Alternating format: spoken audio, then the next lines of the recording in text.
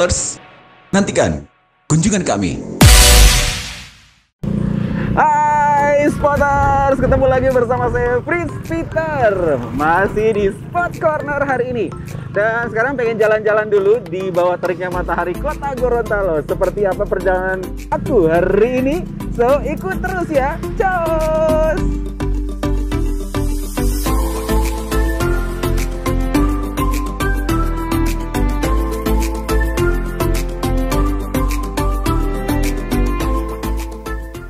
Nah, Spotters, saya sudah berada di Grand Key Hotel, salah satu hotel yang lumayan mewah yang ada di kota Gorontalo.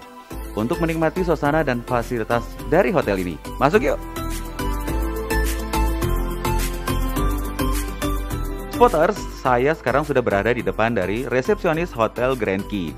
Kelihatannya rame banget, sepertinya ada acara di sini. Nah, dapat info ternyata ada acara Musrembangda, Musyawarah Perencanaan Pembangunan Daerah Tingkat Kecamatan Dungingi. Mau tahu di mana lokasinya? Ayo Spotters, ikuti saya terus.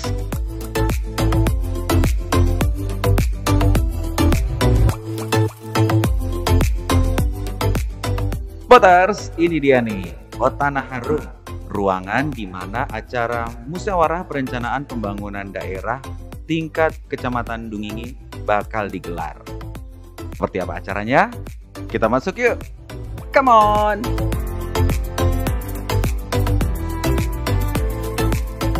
Dan Spotters, kali ini saya bareng dengan Bapak Wali Kota Gorontalo ingin beberapa pertanyaan dan sekaligus berhubungan dengan Musrembang.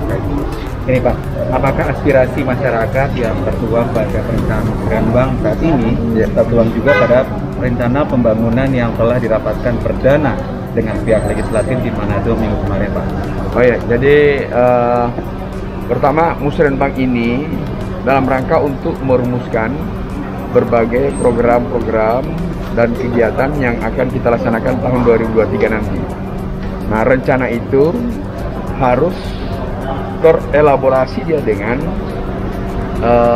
rencana pembangunan yang ada di dalam RPJMD dan RKPD yang telah kita rumuskan bersama-sama dengan DPRD. Jadi yang jelas bahwa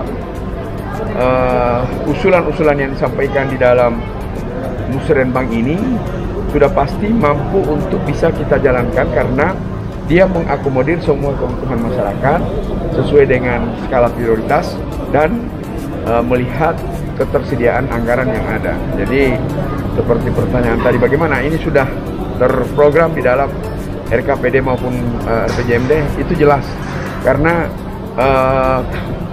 sasaran-sasaran dan target-target pembangunan itu kita sudah rumuskan di dalam RPJMD. Nah, setiap tahun itu kita lakukan penjaringan dari bawah melalui Musrembang Kelurahan, Musrembang Kecamatan sampai Musrembang Kota. Apa yang menjadi skala prioritas setiap tahun? Kalau tahun ini tema kita itu pengembangan infrastruktur untuk pemulihan ekonomi dan transformasi sosial. Nah, dengan tema seperti itu berarti sasaran kita bagaimana membangun infrastruktur yang mampu memberikan nilai tambah terhadap perekonomian masyarakat. Pusat-pusat ekonomi masyarakat itu harus kita bangun infrastrukturnya. Kemudian kegiatan-kegiatan sosial budaya masyarakat yang mampu memberi nilai tambah terhadap ekonomi masyarakat melalui pengembangan UMKM itu juga harus kita kembangkan.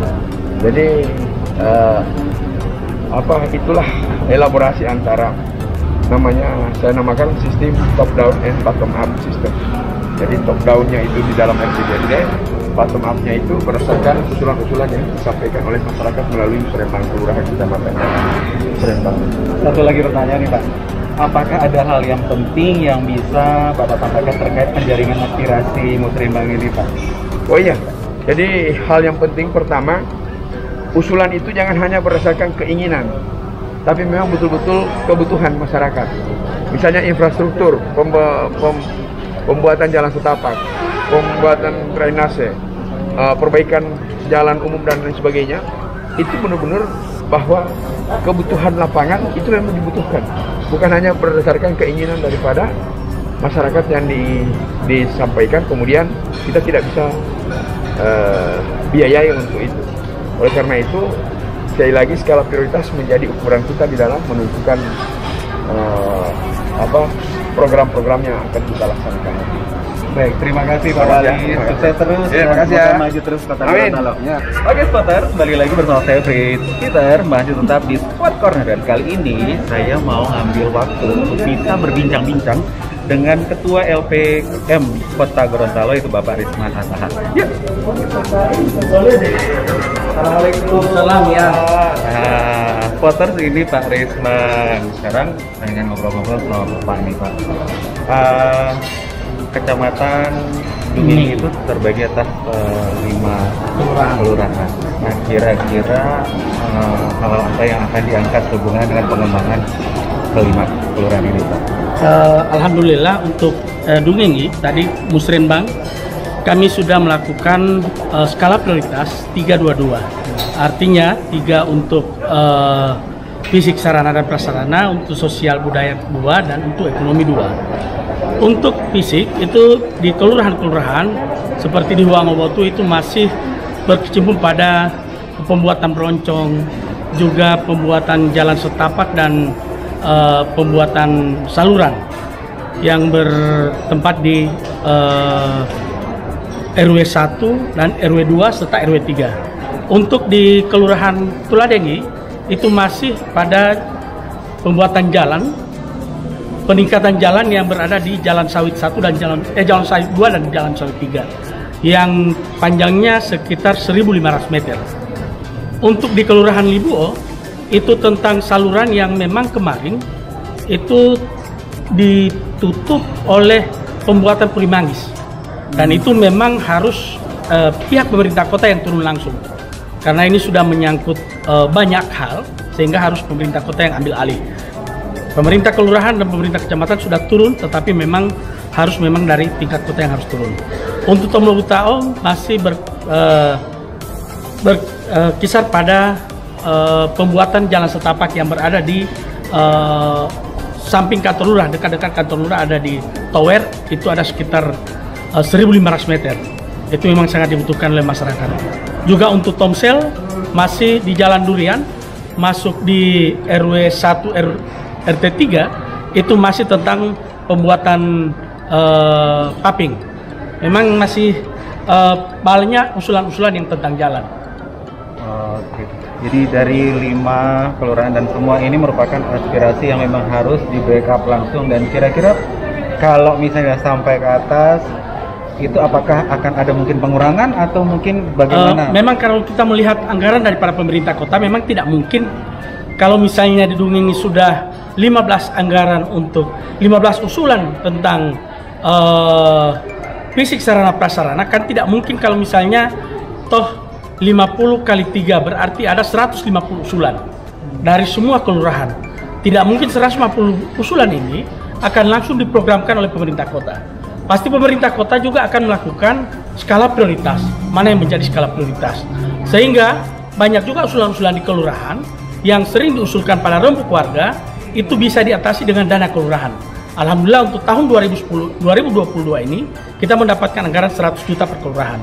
Ini yang dapat banyak sumbatan-sumbatan yang terjadi pada saat rembuk warga. Banyak warga yang mengusulkan tentang jalan setapak, saluran pembuangan air limbah yang anggarannya 12-20 juta. Itu memang tidak boleh dianggarkan di Dinas PUPR. Bisa dilaksanakan dengan dana keswadayaan atau dana pemberdayaan yang tahun 2022 ini 100 juta per kelurahan. Alhamdulillah direspon oleh pemerintah kota tadi oleh Pak Wali Kota bahwa 2023 akan ditingkatkan menjadi 150, dan insya Allah akhir masa jabatan beliau pada 2024 itu akan ditingkatkan menjadi minimal 300 juta per kelurahan. Ini bisa mengerjakan usulan-usulan masyarakat yang dibawa daripada usulan yang anggarannya memakan di bawah 100 juta itu sendiri. Wow, keren. Dan akhirnya Pak, kira-kira harapan Bapak selaku Bapak Ketua LPM Kota Gorontalo, Pak, kira-kira gimana nih untuk pengembangan atau aspirasi-aspirasi yang telah masuk? Memang harapan kami bahwa semua ini bisa diprogramkan oleh pemerintah kota.